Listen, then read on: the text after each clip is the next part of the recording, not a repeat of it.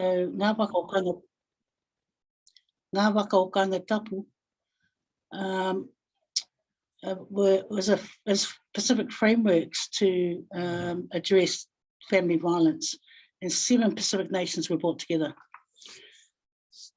Samoan, Tongan, Kukiairani, Tokelau, Tuvalu, Fiji and Niue. And since then a few more, I think Kiribati have also come together to actually put their frameworks together. And we wanted to come together as Pacific to start telling our stories about who we were and why it was important. Our well-being can be elevated when we understand who we are, who we belong to, and all those histories that give rise to being proud in Samoan.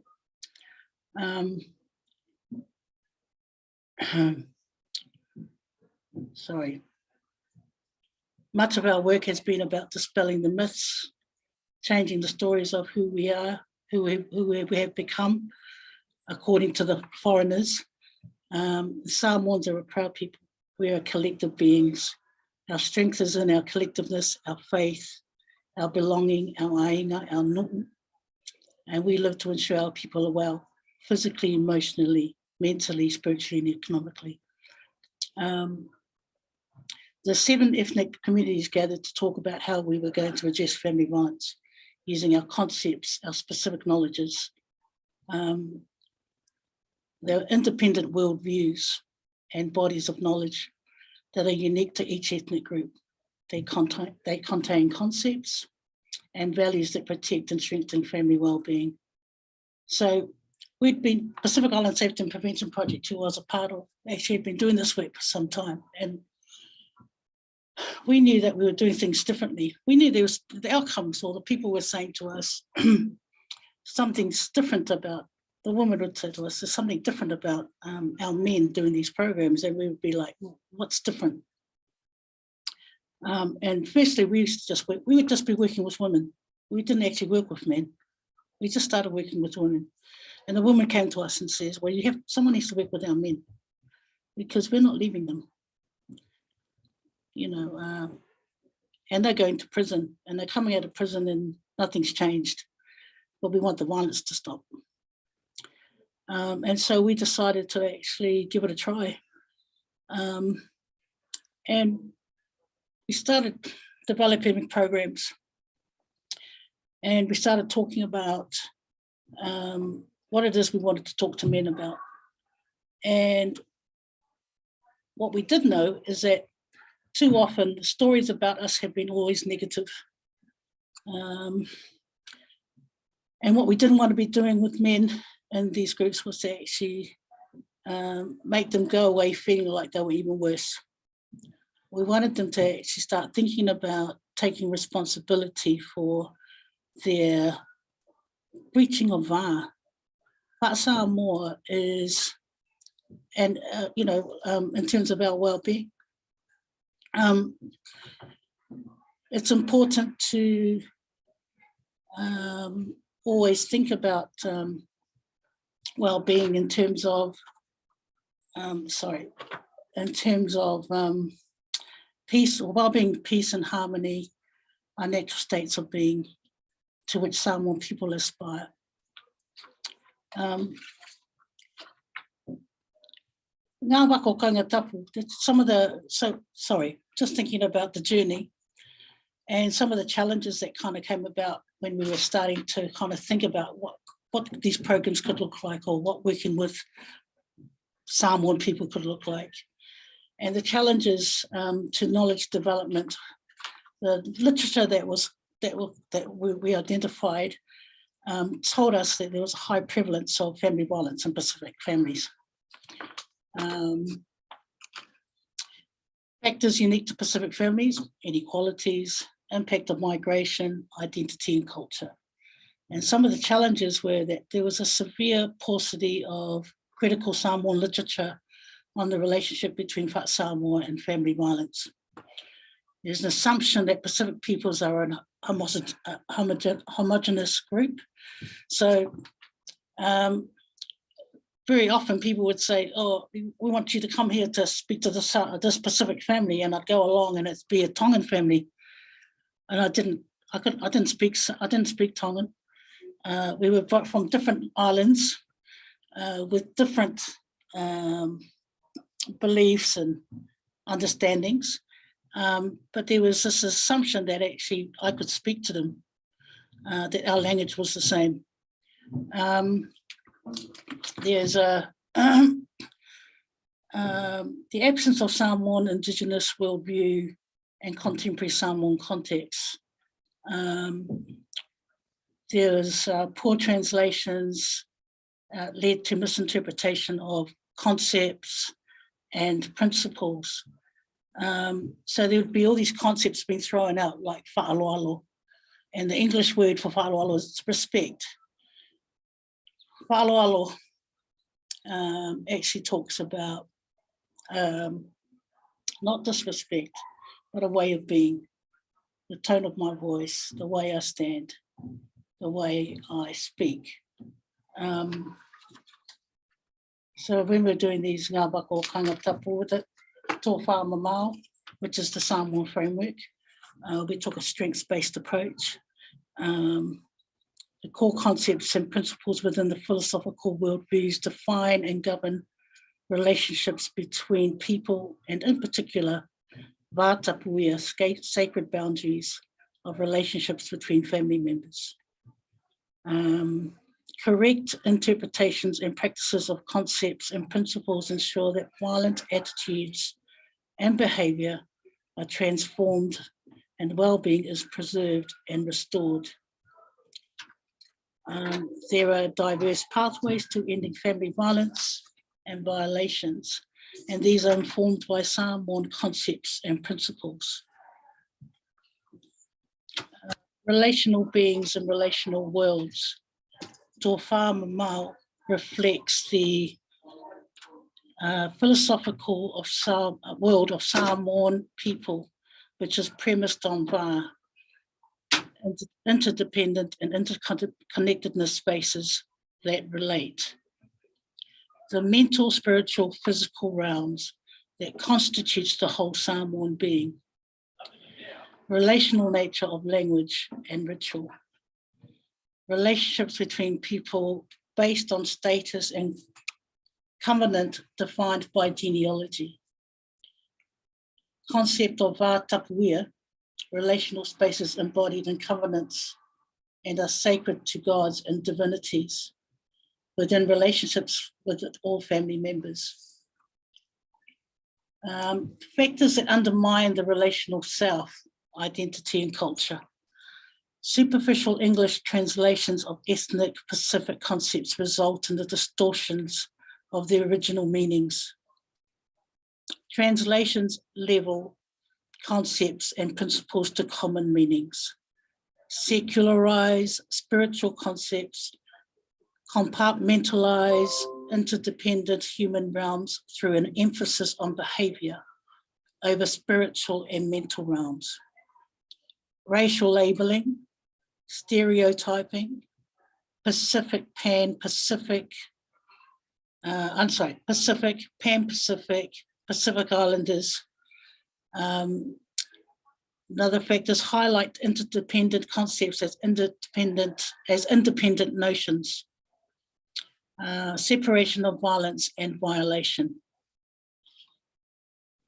Some of the key findings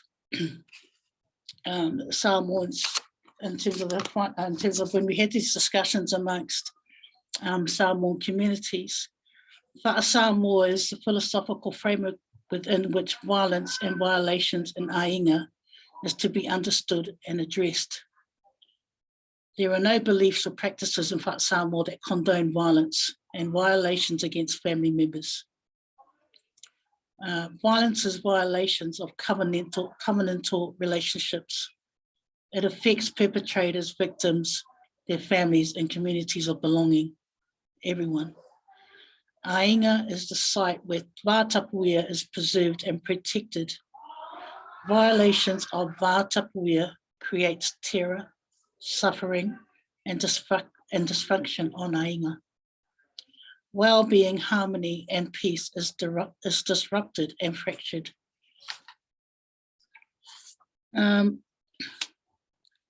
So the framework was also kind of was to inform and to we're hoping to be able to develop training for practitioners, and the principles that inform practitioner practice in terms of the Samoan framework is the tōwha mamao, which is the critical wisdom and vision of ainga and communities. Vātapuia, sacred spaces and covenantal relationships between family members. Whaasinomanga, reference points that direct an individual to places and people who are sources of their identity and belonging. Whaia, genealogical connections and kinship ties by affinity. Whaaloalo, behaviour and language that honour our relationships. Aia tatau, rights of all Samoan people to be respected according to Whaasamoa. And Whaasamoa is, the English translation would be the Samoan way, but actually tikanga, we would say this just kind of fits in with like when you talk about tikanga, we talk about Whaasamoa. Yeah. The gender culture dialogue. Gender and Whaasamoa are interdependent. They cannot be separated. Male and female relationships are defined by Whaasamoa. Brother and sister covenant is the most sacred of all relational covenants. Obligations and responsibilities to this covenant last the lifetime of the brother and sister. So there's a covenant in Samoa, which is whiangainga. And whiangai means to, so whiangainga, if we were to break this word up, whiangai is to be opposite, but actually it's also to be opposite, but to support and to ensure balance and harmony. And whiangainga is the covenant between brother and sister, and the brother to ensure that his sister is always looked after, is always well, and to ensure that that well-being is physically, spiritually, and mentally, that his sister is always held in the highest regard. And so it's not, so whiangainga isn't just about the relationship between brother and sister, but also in terms of men and women's relationships. Breaches in gender, cultural relationships are likely to occur when relationships are redefined by misinterpretations of concepts and principles, or by Western social norms and religion.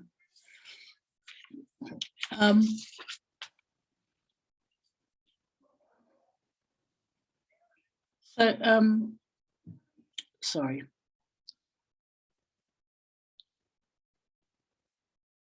So when, in terms of the ngā waka o kāinga tapu frameworks, the beauty of all of this was actually being able to bring our people together to talk about us and to tell our truths, to not have to think about ourselves in terms of doing this work, in terms of a funding or a piece of legislation. What we were learning was that actually the legislation, pieces of legislation were stopping us from actually doing the work. So the legislation was actually stopping us from coming together to talk together, to be able to come up with solutions that actually were going to ensure our well-being as Samoans. And this has been the essence of the ngā waka o kāinga tapu frameworks for our people, is actually how do we ensure well-being for our people, for our peoples.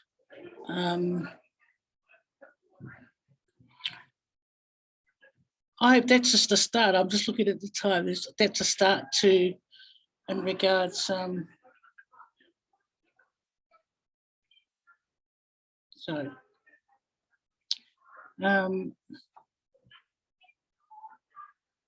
sorry.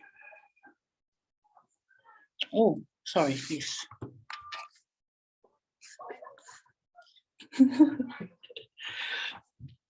I'm just aware of the time there, Leonie.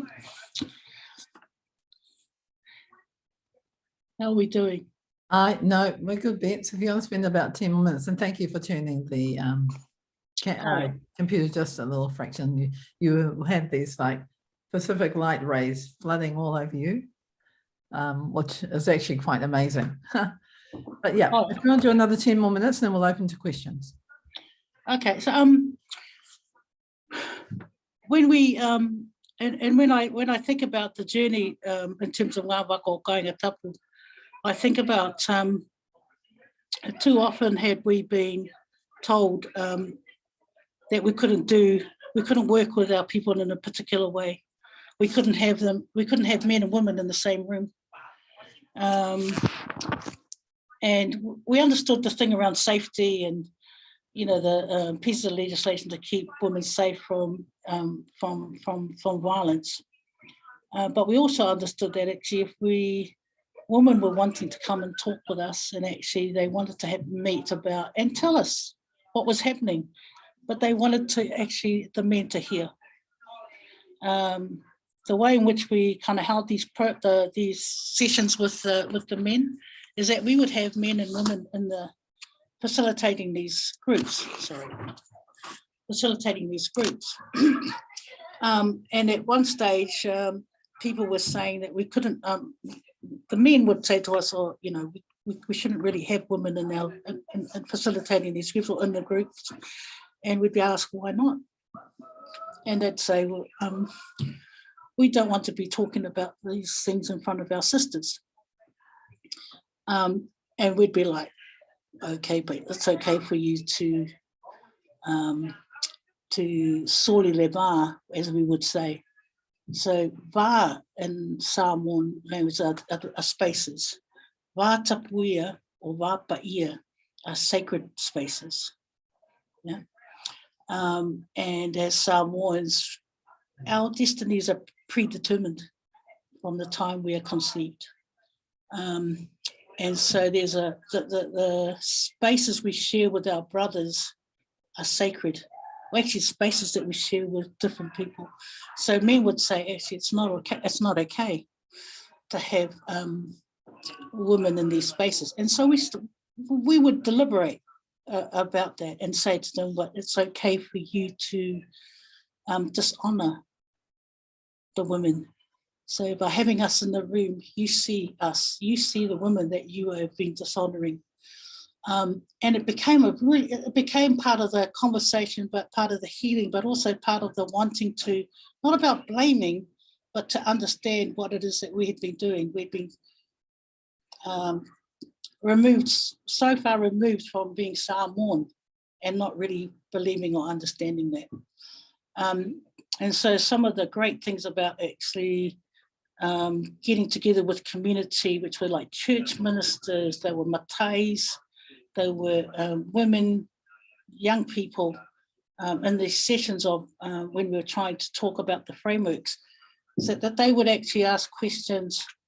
We would ask questions as the New Zealand-born Samoans of our elders. And they initially were like, "Actually, just listen to us and this is the way it is." But through the time, when this took over a period of months and maybe even to a year, and we'd had these conversations where we ended up just talking about Samoa, where we asked the questions about Christianity and the way in which Christianity has impacted us. Our people couldn't think. They couldn't think to speak about what happened before Christianity.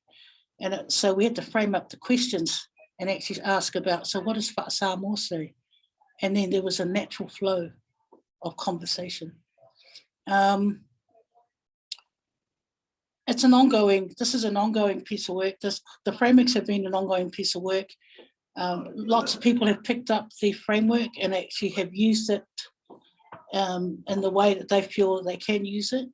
The concepts it's been useful in that actually people have been able to take the concepts, learn more about ourselves, learn more about the concepts and actually how they inform our tikanga o our whai Samoa.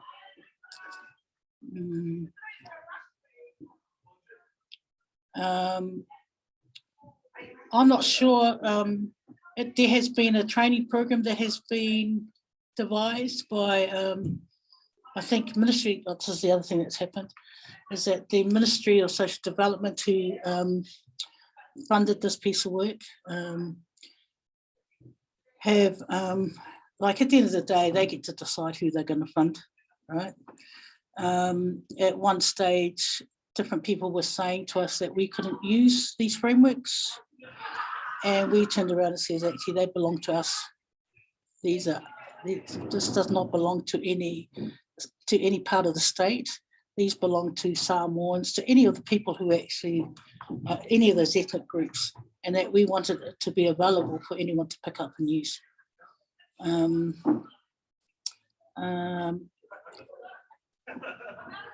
It's the beauty of it for myself, in particular, is that it's had me think about it's just a different way of doing things, and it's been a challenge, lots of challenges. I've had this hard kind of thinking about what violence is and how, you know, how we should be dealing, how we should be addressing it. But the wonderful thing about actually having sat down with communities and talking this through is that I've learned we are so able to do this within the community. Our people know what it is that we need to be doing, and it's not about punitive processes. They're about actually how do we set ourselves up about who we are. How do we change the stories about ourselves? Because in this country, the stories about us are not good, you know? And so it's about how do we change the stories? How do we talk about ourselves in terms of who we represent, in terms of our families, in terms of our ancestors, in terms of where we come from. And there was the other things that we were kind of learning also that we didn't know. We knew that much. We thought we knew a lot. We actually knew that much. And it's and so this has been ongoing for many of us who have been part of this process, and coming together to develop ngā waka o kainga tapu. We continue to learn, we continue to do, and we don't just use this conceptual framework just for addressing domestic or family violence. We can pick it up and use it to do any work in our communities. And that's also been the other great thing about it. Okay. All right.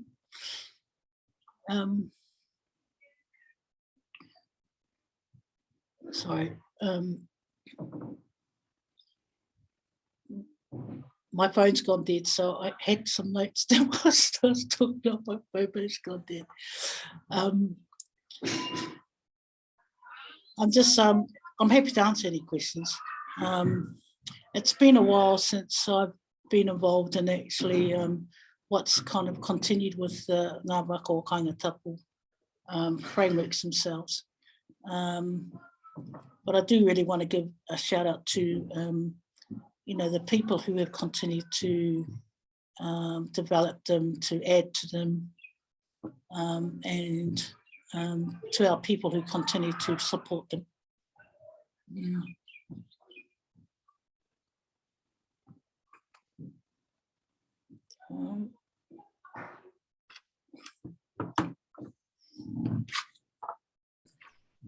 Okay, so we've got we've got a couple of questions in the Q&A, and I'd just like to encourage people to put your questions into Q&A.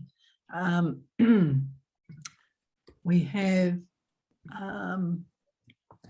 two from Emmy Lynn, and they're both related. So one is, has there been a scope within your work to work with queer whānau? And then added to that, is this covenant considered fractured or broken when a sibling transitions have you had any experience or advice following siblings who are in the situation, in the situation that protects culture and gender? So we're talking both about queer whānau, but also when you're talking about the brother-sister covenant, I'm thinking that's what Evelyn is talking about. If someone is transitioning, in terms of a trans person transitioning, how do you see that covenant then I see that covenant operating? Yeah. Well, for Samoa also, like there's when we think about well-being and we think about harmony, peace, this is the state of being. In Samoa, we have, like in terms of gender, we have many genders, not just, there's, and the gender is whawhawhine and whawhatama, that kind of sit along also being men and women, te maitai and te māloa. I think we've done what we have done work in terms of the LGBTQI community, but also in terms of the not specifically around this, but I know whānau that have, and it has taken a conversation to sit down and actually talk about, again, who we are, not in terms of like just being the gender we are, but actually who we are in terms of Samoans, and the whole thing around sacredness of, it's a sacred, the transitioning, in terms of when we think about transitioning, that in itself should be seen as a sacred transition. And so Christianity has had a huge impact on how we address or how we speak to different things. So no, I can't, they've been hard conversations, they haven't been easy ones at all. But I think there are ways in which we can have those conversations in Samoan. And this is the other thing about language. When we speak Samoan, people say this to me, but you should speak Samoan all the time. I go, why? And they say, your tone is different. When you speak English, you sound angry. And I've actually listened to myself, but I think, actually, I do sound angry when I speak English. But there's something in the tone and the nuances of language and how we, if we just are to treat all spaces and everything sacred, then actually there's a different way of having, the conversations are different.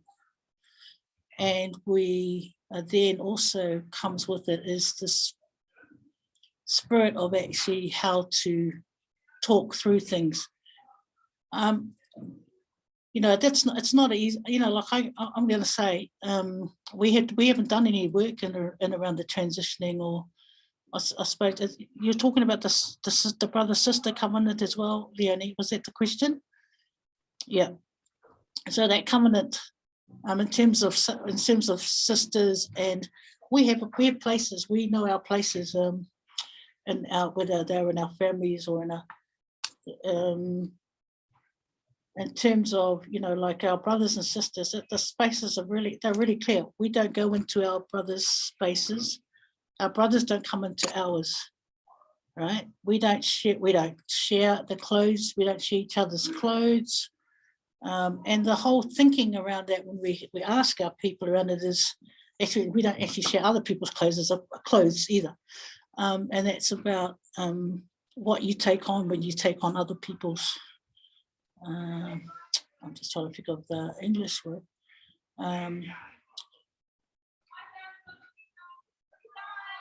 Yeah, no, can't think of it.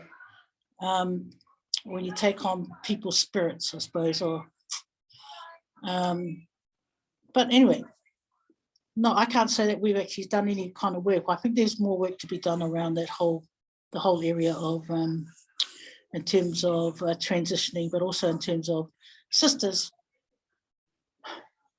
And so we have a hierarchy that actually is that comes like matai, and then you have your elders. So all the people that kind of hold status is your elders, your matai. so you're titled and untitled. The church only recently has been brought into the circle of chiefs. Well, actually they don't, they sit on the outside. The church is here and the village is here, and the matais are here.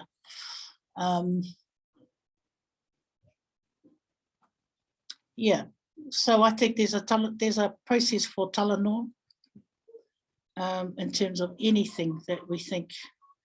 I don't think it's believed to actually be a breach either, but depending on actually where people sit in terms of in the Christian world, there might be a difference in the thinking.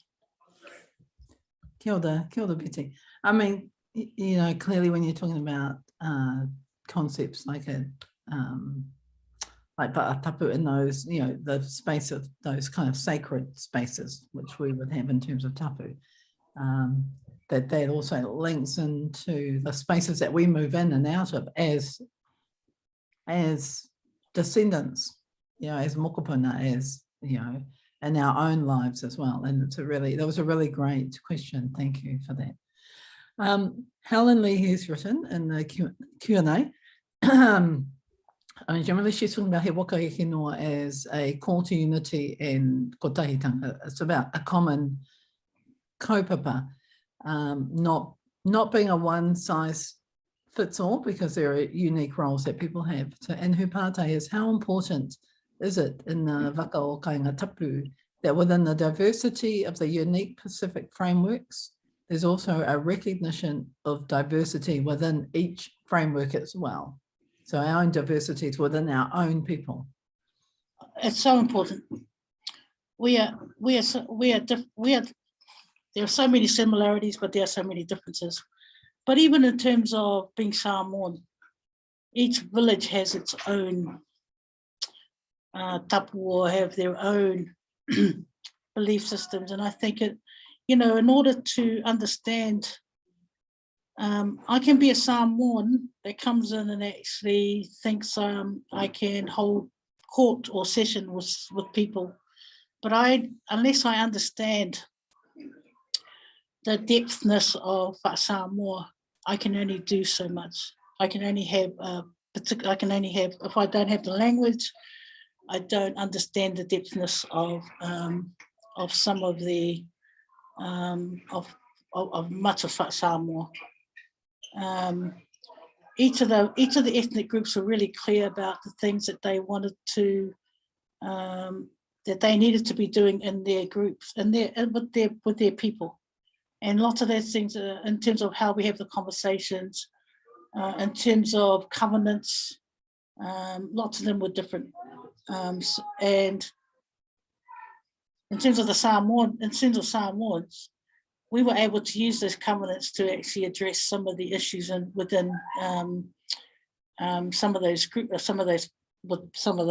programs that we'd set up for men and women. Yeah, it's so important. I think the diversities of each of those groups is such an important thing. We're not the same. We're not homogenous. We're not, but we are, and we are. We know what it is that we need to be doing in those separate groupings as well, communities. Ka pai, Vic, I'm going to get you to turn your camera again a little bit. So Deepika has asked a question in terms of and covenant relationships that can help define whanaungatanga responsibilities and respect between whānau members. Can you talk about the concept of covenant relationship and the restoration of these relationships in our Indigenous whānau communities? Well, violence is a violation of different tapu for us, you know, sacredness and so sacredness. The covenant between brother and sister, when violence occurs, if you know, most of the violence that occurs in terms of domestic violence. Now this is a bit difficult because when we're talking about family violence, what's being talked about is domestic violence, what's happening between men and women a lot, and men being the perpetrators of violence and the women being victims. And so as soon as there's violence, men perpetrating violence against women, there's been a violation of that sacredness.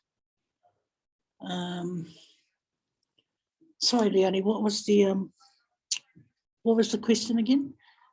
No, I think you're answering it. It's about, you know, I guess it's the restoration. The restoration of those relationships. Yeah. So like so again, I talked earlier about the VAR, and when we breach those, that sacred space, it's called soli le VAR.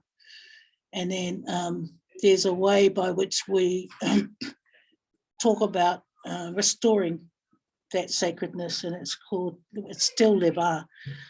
We have to till le VAR, and we do everything possible.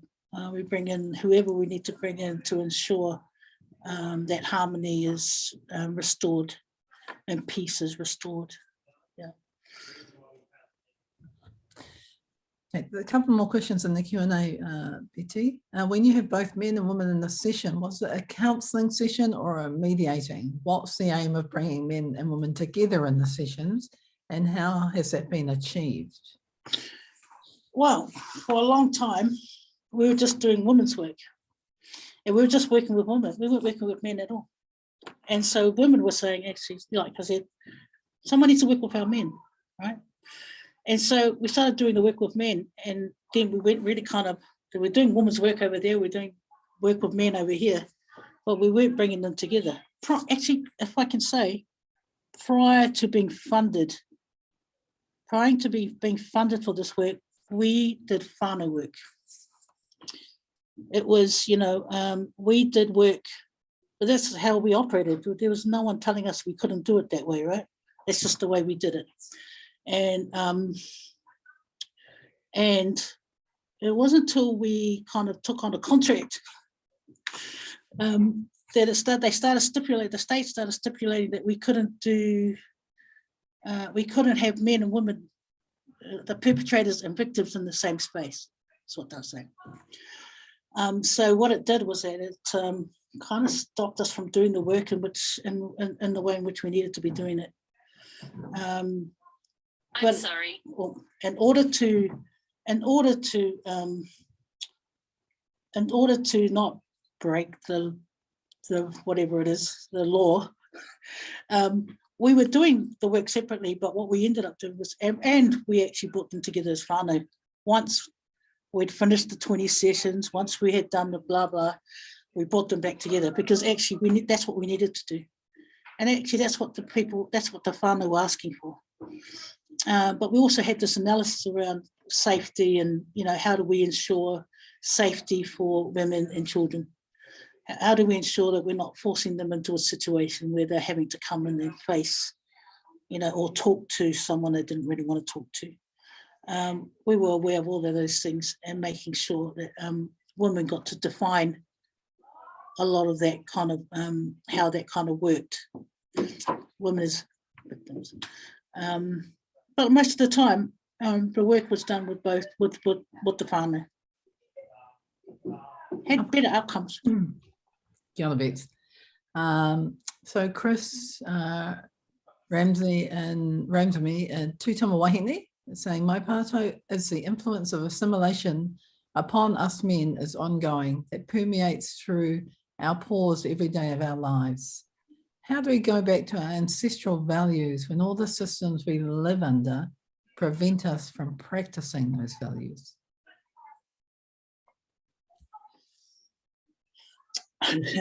And these are the ongoing, and this is an ongoing kind of learning.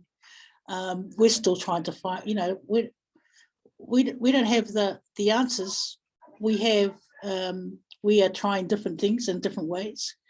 We have, one of the things we do know is that when we're in a space of Samoans and we speak Samoan and we are engaging in the Samoan way, the responses are ones of actually our men taking responsibility, feeling ones are where they are actually feeling, they talk, and also because they have their sisters, they're challenging them or speaking to them. That in itself, there's a whole thing about shame and how we deal with shame, but also how do we hold each other accountable. I think there's a whole process of accountability where we've actually used whānau as the basis for accountability, to where we continue to hold our people accountable. And when we talk about, like in terms of men, there's so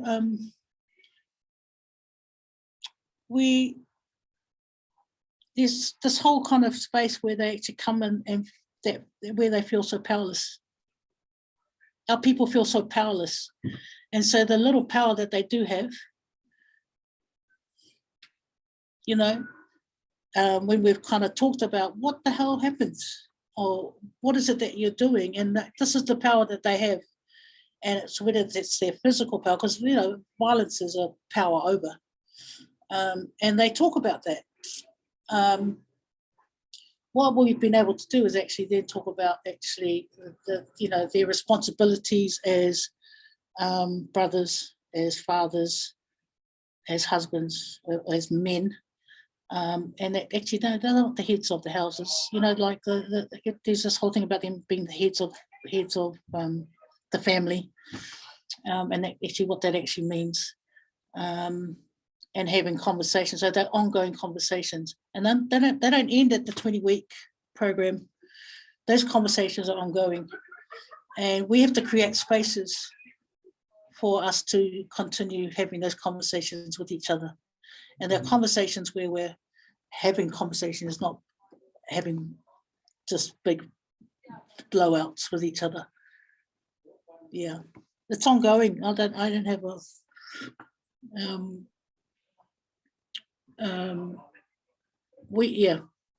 I do, like it's not just in the program. I do it with my brothers, I do it with my uncles. Right.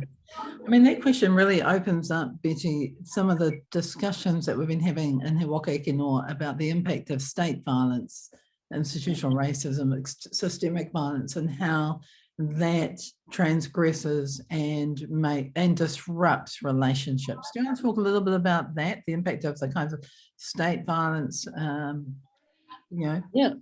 So we come from, so this is another thing that we do, like in terms of we come from Samoa, and we hold status in our homelands, right? As the elder, or as the mother, as the sister, as the father, as the brother. And we all hold status, some kind of status, a matai status. And then we come here, and unless you're a church minister, you can be a matai, but you actually don't have your village. You can be a matai, and actually we've set up our churches as our villages, but they are not. It's not the same, because you don't have your puyainga, your family have now become all the whāngai Samoans who have come together, and so my matai is just in my village. My matai, I don't go next door and actually say, actually this is how we're going to run things here. They'll tell me, who the hell do you think you are?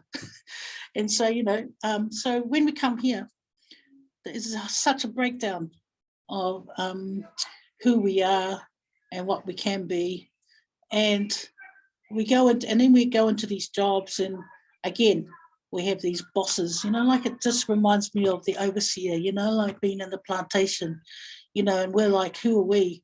We're just we're the people who have these kind of overseer bosses who keep telling us what to do.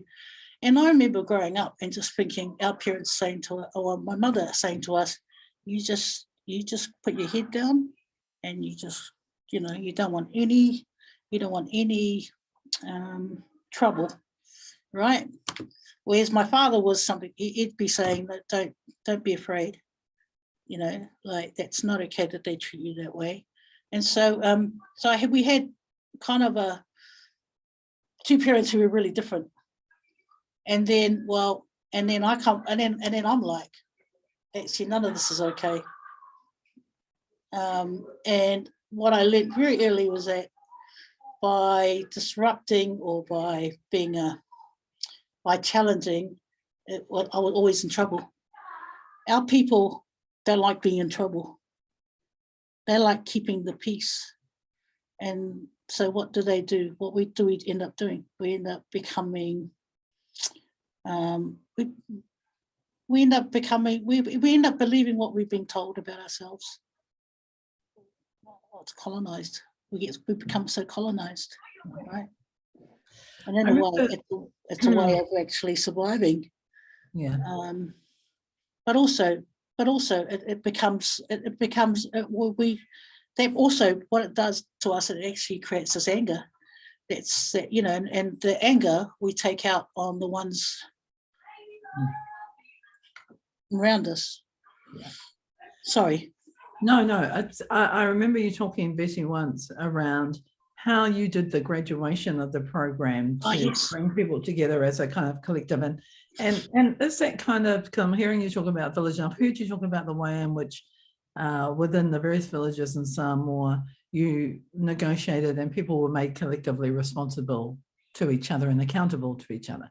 Yeah. So do you want to talk a little bit about that collective accountability and how you then practice that, particularly when you talked about the graduation from the project program? Yeah, so we'd have this program at the end of the programs, 16-week program. We'd have a graduation for all the men that did the program, and the graduation would be over food. We'd actually and it'd be up to like 500 people at the graduation. So all their families we'd invite all of their families to come along, the children, and also the state agencies that actually had some part in actually referring them to us. And we were seeing it as we've finished this program with these guys now.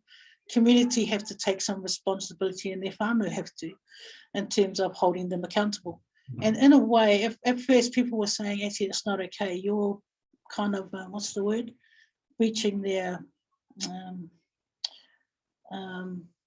was unethical. They were saying. Their privacy. Yeah, there's privacy around, who, and though for us, that's our way. That's the Samoan way.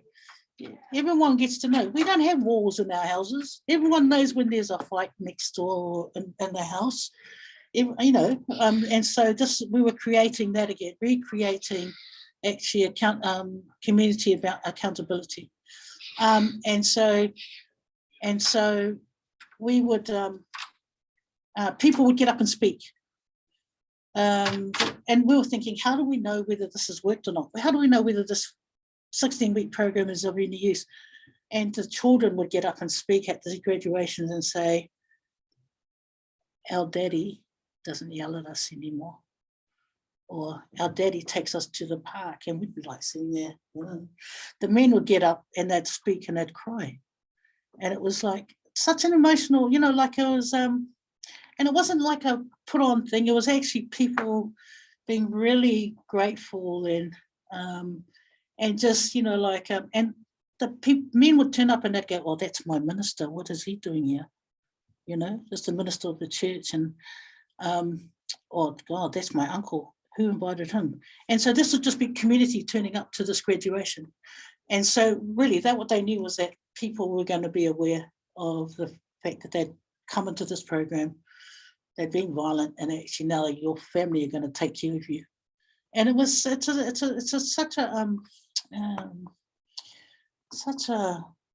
wharelenga. The process is such a overwhelming kind of, I don't know the English. I don't know English word. Sorry. I'm cognizant of time and we need to close up in just a moment. But Betty, one of the things that, and this is such a great session, thank you. But one of the things, that I said at the beginning is that when we first saw the Waka kind of tapu frameworks that you and I talked about Aotearoa not being part of the Pacific nation. And also, that you have walked alongside and been a part of so many movements, in this country, right? For Māori treaty movements, land movements, family violence prevention movements, LGBTQI, Indigenous, Takatapui, all of those. How important is it for you that we as Māori and all of our Pacific relations across the Pacific come together in our own terms, not in this kind of colonizing term of Māori and Pacific people, but in our own terms? That's what we should be doing. If we were to honour our Samoanness, we're here in Aotearoa. Aotearoa is, we should be coming to you, and actually we should have this relationship where we're talking to each other about, honouring the fact that we're on your land. That's what someone in the village next door would do. They'd come next door to us and we'd go to someone else's place, we'd go in there respectfully, actually not assuming that we have a right to be there. And so the same should apply. It doesn't matter whose country, where we are in the world. This land, Aotearoa, is part of the Pacific. And we need to change the way we talk about it, because we can't wait for the state or anyone else to. We need to strengthen those relationships with each other to make it different. And, when we talk about what's happening in the Pacific around who's coming in to the Pacific, I think we should be talking to each other about how we, Samoa's maybe in so much debt to maybe China or something. Well, why aren't, we're probably having to sell off some of our land. Why aren't we selling it to iwi Māori? Why aren't we having those discussions? Why is it that we don't? We should be. It's so important that we actually recognise and acknowledge Indigenous peoples, and here in Aotearoa, Māori. There's this assumption that actually what's happening in New Zealand is great, and I keep saying to people, you want to actually have a measure. If Indigenous people were the measure of what great is, that'd be a discussion. Kia ora, Bets. He mihi tēnei ki a koe. And we're looking forward to having you present more in the conference at the end of the year in September when we get together. So just putting you on the spot for that one. Whawhai tai rapa, tēnā koe mō kōrero I tēnei rā. That was amazing, so great to get some insights around the frameworks and to hear your reflections, culturally, politically, socially, across the board in terms of the work that you're doing and that we need to be doing together. So I'm going to hand it to Hiri Aroha to do our closing karakia. And then, ngā mihi nui from all of the participants who have been online. It was a really exciting and informative and insightful presentation. Tēnā koe. Hiri Aroha. Tēnā tātai, kei te tautoko au ngā mihi kia koe e te mārei kura o Hamua e beti tēnā i te mihi atu kia koe tēnā rawa atu kōrua. Anā ka hikina tā tātai nei huinga i te karakia. Hikitia te rongo maiwhiti o tēnei o ngā huinga o he waka eke noa. Toko akea ia, toko akea oi, ko ranginui ki runga, ko papatunu ki raro. Tūturu whakamaua kia tina, hauni e hui e, tai ki. Tēnā tātai. Kia ora, mālo aptai.